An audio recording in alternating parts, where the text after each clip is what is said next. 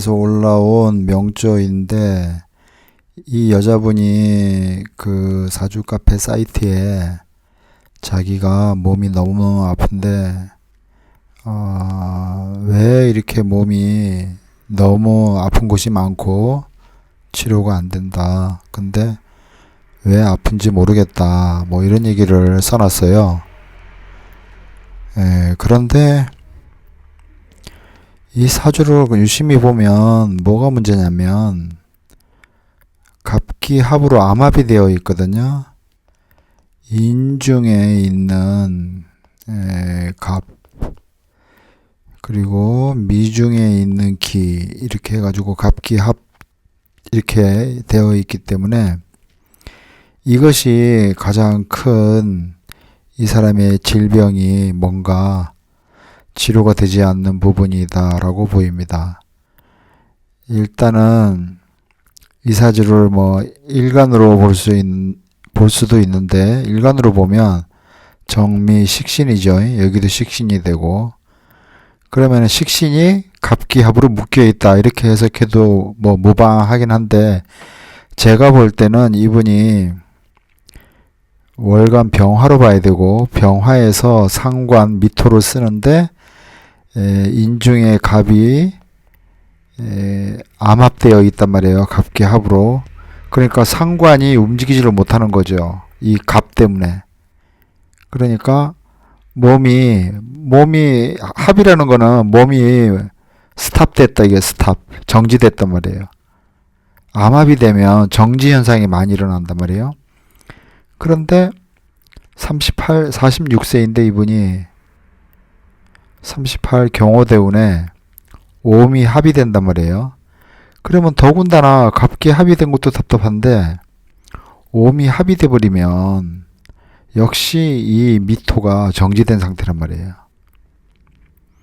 그러면 48대운이 왔어요. 예를 들어서 그게 뭐 신미대운인데 또 미가 와.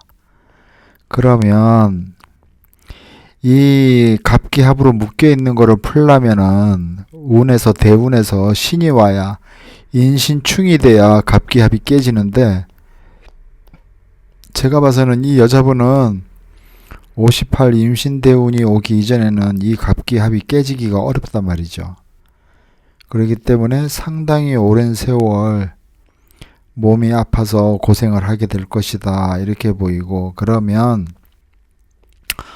58에 임신대운이 왔을 때 이분이 사지가 멀쩡해지고 매우 건강해지느냐 봤을 때는 그렇지도 않다는 거죠. 왜 그러냐 또 그거는 병화로 중심으로 봤을 때는 이게 대운에서 임수 편관이 올라와 있죠. 편관이 올라와 있고 해묘미에서 신을 보면은 겁살이란 말이에요. 그러니까 외지 변방 모퉁이란 말이에요.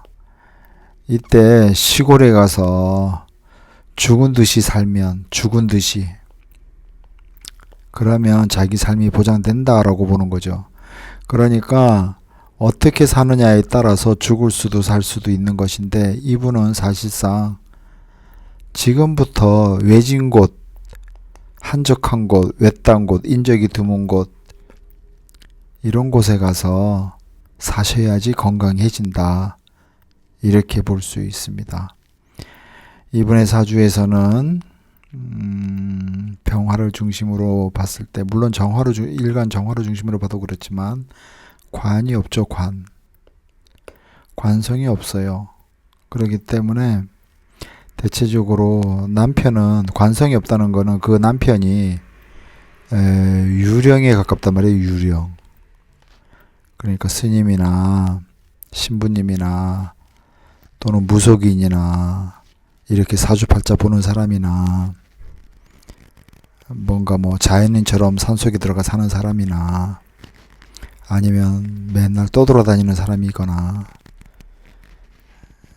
골방에 틀어박혀서 뭐 그림만 그리고 앉아있는 사람이거나 글만 쓰고 앉아있는 사람이거나 이런 사람이 남편으로서 최적의 남편이다 이렇게 봐야 되겠습니다.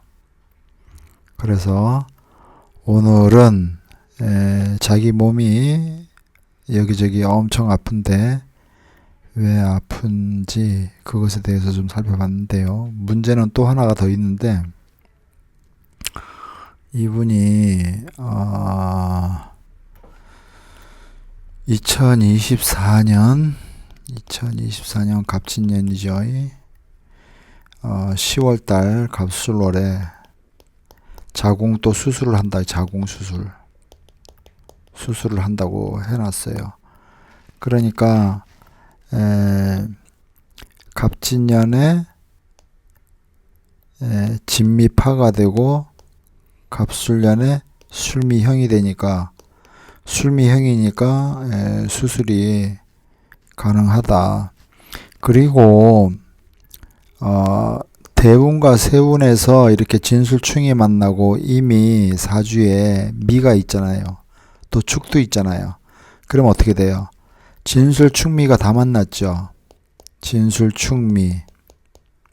이렇게 되면 몸을 크게 건드려야 되는 사건이나 일들이 발생합니다.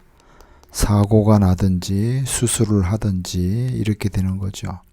아니면 해외로 가든지 이런 어떤 자기 인생의 큰 변화, 진술충미가 다 모이면 그런 변화가 생긴다. 이런 것입니다.